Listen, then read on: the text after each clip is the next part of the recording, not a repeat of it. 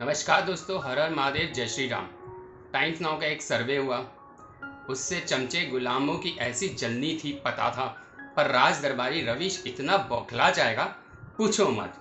बेचारा जब से लॉकडाउन हुआ है तब से बहुत कोशिश कर रहा है कि लोग बोले मोदी जी ने सही से सिचुएशन हैंडल नहीं किया, पर सर्वे ने तो इनकी सुलगा दी।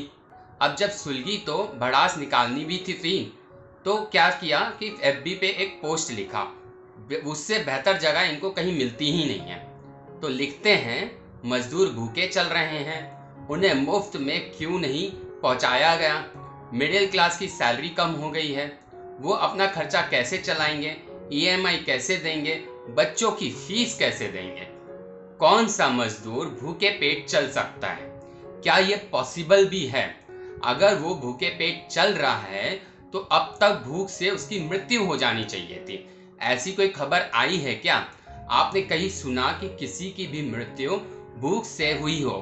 नहीं सुना होगा, क्योंकि देश भर में सरकार, एनजीओ, आरएसएस इन तक खाने के पैकेट्स लगातार पहुंचा रहे हैं, पर रवीश को पता है कि मजदूर भूखे चल रहे हैं। अब मजदूर इस हट में हैं, आ गए हैं कि मैं तो भले ही पैदल घर जाऊंगा पर जाऊंगा जरूर।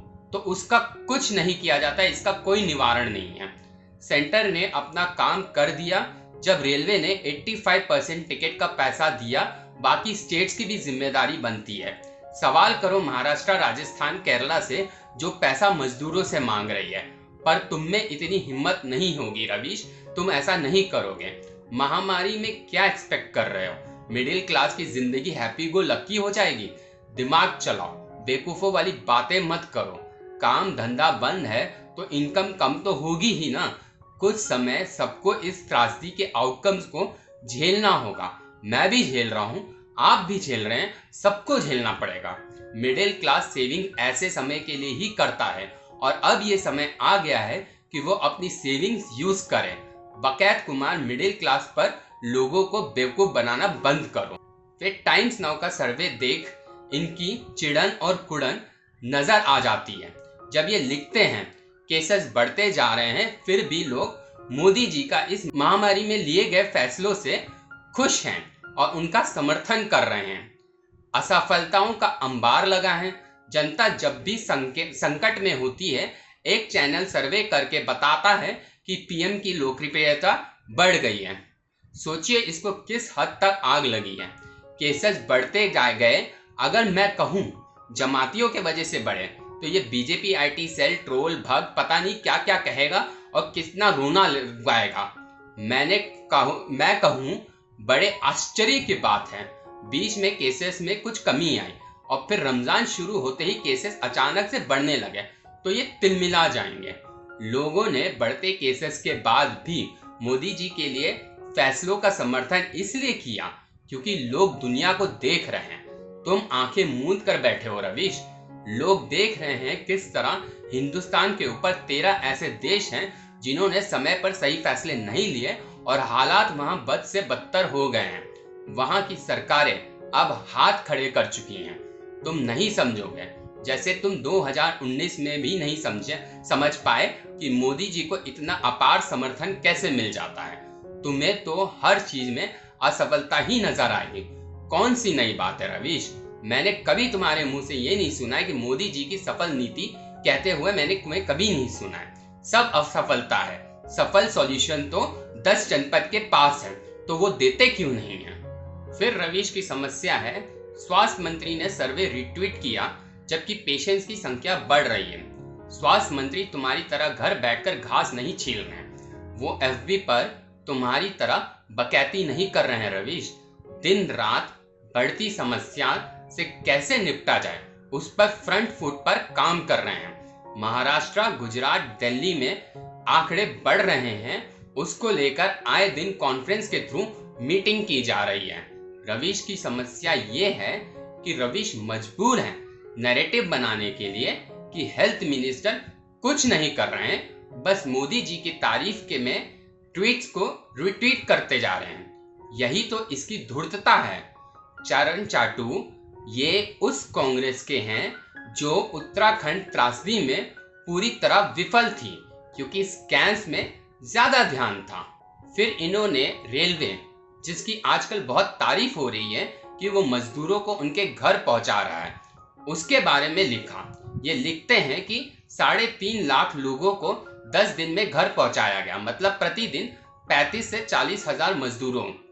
वैसे तो रेलवे प्रतिदिन 1 करोड़ लोगों को ढोती है। 16 लोग ट्रेन से कट गए और रेल मंत्री भी सर्वे ट्वीट कर रहे हैं। धीरे धीरे कुड़न और जलन का पारा बढ़ता नजर आ रहा है, क्योंकि दिमाग पर अब असर कर चुका है ये जलन। नॉर्मल डेज में रेलवे जितने पैसेंजर्स लेके चलती है उसको इस महामारी से कंपेयर कर रहे हैं ये। वाह क्या बात है। रेलवे ने स्टेट्स को अपनी रिक्वायरमेंट्स मांगी, स्टेट ने रिक्वायरमेंट भेजी, रेलवे ने उस हिसाब से ट्रेन चलाई। अब स्टेट्स जैसे यूपी, बिहार, छत्तीसगढ़, तेलंगाना, अन्य स्टेट सबने अपने अपने हिसाब से रिक्वायरमेंट दी। मजदूरों को ट्रेन में सोशल डिस्टेंसिंग का पालन करने के हिसाब से बर्थ अलॉट किए गए। नॉर्मल डेज में एक साइड में 3 लोग बैठ सकते हैं, ऊपर, नीचे और बीच की बर्थ वाला। अब ऐसा नहीं किया जा सकता। साइड बर्थ में तो एक ही श्रमिक को ही जगह दी जा रही है, कई बर्थ खाली रखी जा रही हैं। इसीलिए 3.5 लाख नहीं 4 लाख लोगों को ही अभी तक रेलवे घर पहुंचा पाई है। और अभी भी बाकी मजदूरों के लिए रेलवे ने मना नहीं किया, काम कर रही है। बस इतना सा दिमाग लगाना था। पर इस सर्वे से जो जलन का पारा बढ़ा है ना, वो मजबूर कर गया रवीश को कि अपना दिमाग इस्तेमाल ना करें। इसलिए जो मन गढ़ंत इन्होंने लिखा है उसकी तो क्या ही बात की जाए। चलो उन मजदूरों की भी बात कर लेते हैं जो ट्रेन से कटकर मर गए। इसमें मोदी जी की गलती है या रेलवे की गलती है? क्या करता ट्रेन का ड्राइवर? ब्रेक्स लगाकर ट्रेन को डिरेल कर देता। और रेलवे ट्रैक्स कब से सोने, टहलने, चलने के लिए हो गए हैं। मित्रों, आप बोलोगे मेरे अंदर संवेदना नहीं है, पर मैं प्रैक्टिकल बात करूंगा। यहाँ पर जितने मजदूर मरे हैं वो अपनी ही लापरवाही से मरे हैं। आम दिन में भी कोई ट्रैक करते वक्त ट्रेन की चपेट में आ जाए तो वो उसकी गलती होती है, ना कि सरकार और रेलवे की। जालना से निकले मजदूर घर के लिए, तो जालना में क्या उन्हें खाना नहीं मिल रहा था? अगर नहीं तो रेलवे या रेलवे मिनिस्टर की जिम्मेदारी कैसे हो गई? रवीश का मकसद सिर्फ वल्चर पॉलिटिक्स खेलने का है। और मैं फिर बोल रहा हूँ, मजदूर जिद पर आ गए हैं कि उन्हें घर जाना है, तो उन्हें इन चीजों को भुगतना भी पड़ेगा। और फिर जलन इस कदर बढ़ गई कि कुछ भी लिखते चले गए। अर्थव्यवस्था चरमरा चुकी है, बेरोजगारी बढ़ गई है, लोगों का आर्थिक जीवन अधर में है, मंत्री खुश है कि प्रधानमंत्री की लोकप्रियता बढ़ती जा रही है, वगैरह वगैरह। इन्होंने और भी कुछ लिखा है जो आप पढ़ सकते हैं।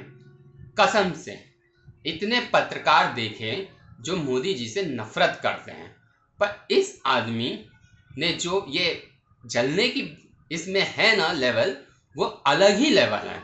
मैं तो सोच रहा हूँ ये इस तरह जलते जलते कहीं मानसिक रोगी ना बन जाए। सबको पता है लॉकडाउन है, सारी इंडस्ट्रीज, दुकान, कंपनी सब कुछ बंद है, तो अर्थव्यवस्था पर असर तो होना है। ये चाहता क्या है? लॉकडाउन नहीं करना चाहिए था। और अगर चाहता है लॉकडाउन होना चाहिए तो इतनी समझ तो रखो भैया कि अर्थव्यवस्था पर असर तो पड़ेगा ही पड़ेगा। रवीश सर्वे इस बात का है कि कोविड-19 पर जो सरकार के डिसीजन थे उससे जनता कितनी खुश है, और जनता ने जवाब दे दिया है, तुम अकेले जनता नहीं हो। खैर, जनता जब तुम्हारे मन की बात ना करे तो तुम्हारे लिए जनता का मैंडेट ही गलत हो जाता है। इस बेवकूफी को तुमने 2014 से पाल रखा है। और हुआ क्या? जनता ने तुम्हें जवाब 2019 में दे दिया। खुद को सबसे बड़ा पत्रकार बोलने वाला एक सर्वे से डर गया, बौखला गया, तिलमिला गया। दोस्तों, ये कोई नई बात नहीं है। जनता की आवाज को रवीश ने हमेशा नकारा ही है, क्योंकि इनके अंदर एक सेल्फ ऑब्सेशन है। जब जनता ने मोदी जी की तारीफ की तब इन्होंने जनता को अलग अलग नाम देकर शेम किया, इसलिए अब जनता ने भी इन्हें नकार दिया है। ऐसे और सर्वेस आते रहेंगे। मैं इनकी ऑथेंटिसिटी पर मोहर नहीं लगाता, पर टाइम्स नाउ एक रेप्यूटेड चैनल है। खैर, अगर टाइम्स नाउ की जगह किसी और चैनल ने भी ऐसा सर्वे रिजल्ट दिया होता तब भी रवीश को तो रोना ही था। सच बताऊं, जब इनके जैसे राज दरबारी पत्रकार ऐसे रोते हैं, मन को बड़ा सुकून मिलता है। इनकी जलन के लेवल से आप अनुमान लगा सकते हैं कि मोदी जी की लोकप्रियता किस तरीके से बढ़ती ही चली जा रही है। अभी तो इन्हें कई साल तक ऐसे ही रुदाली रोना करना है। धन्यवाद दोस्तों। जय हिंद, जय भारत।